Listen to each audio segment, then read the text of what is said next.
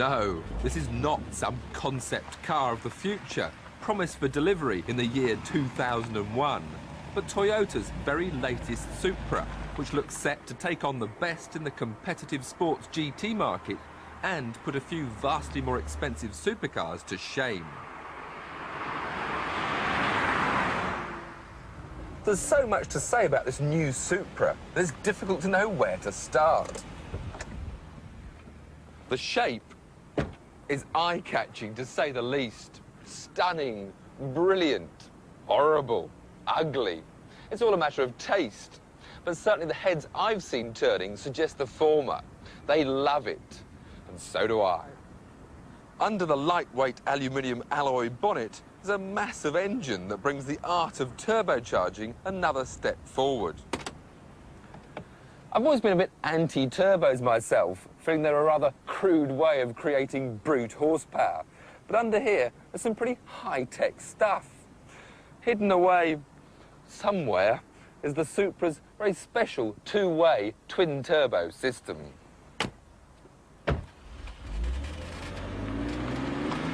The music of turbo power is not the thrill of a V12 Ferrari, more the whistling and twittering as the turbos spin up to speed.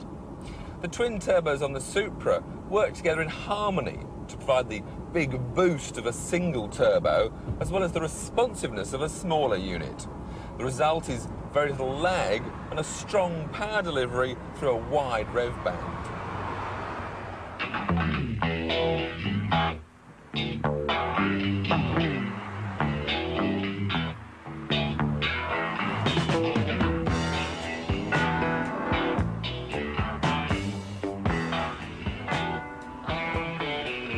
The enjoyment of driving this Supra really does begin as soon as you sit behind the wheel. The dashboard layout and driving position is more like that of a single-seater racing car.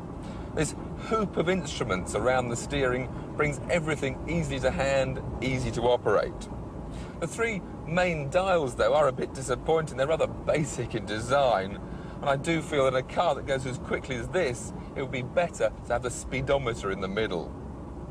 The 6-speed manual gearbox is actually made in Germany by Getrag, and whilst it's simple to use, it's easy to find all the gears, it's rather spongy in its operation and slightly disappointing.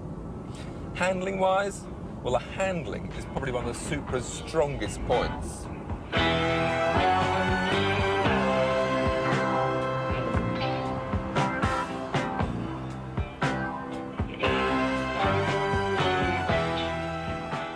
Its manners are impeccable, with light steering and plenty of lock for tight manoeuvres. I'd already put it through its paces at the Millbrook Proving Ground, and it was hard to fault.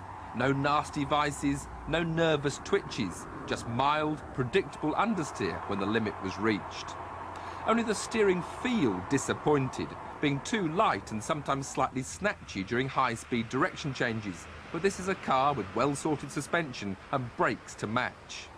Toyota haven't resorted to any four-wheel drive, four-wheel steer gimmicks, and even with the traction control turned off, the rear-wheel drive Supra kept its rear wheels firmly under control as the 326 horsepower were fed through them.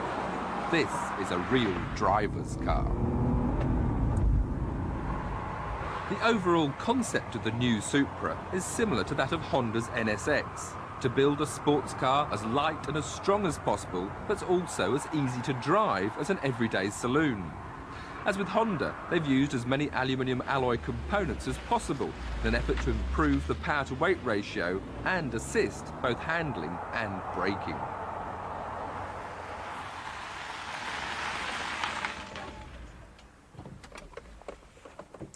So, brilliant to drive and very comfortable indeed. But what about room in the back? Well, with my driving position, there's no legroom at all. Mind you, if you accept that it's only a two-seater sports car, you'll find there's quite a bit of storage space in the back.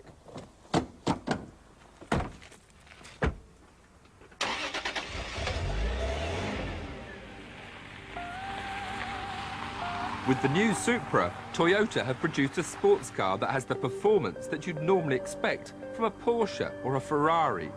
Yet they still cannot quite match them for either their prestige or the quality of their finish.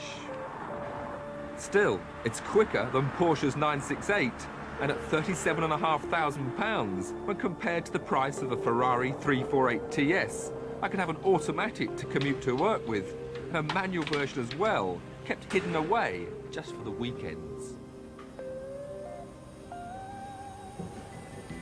To the 90s.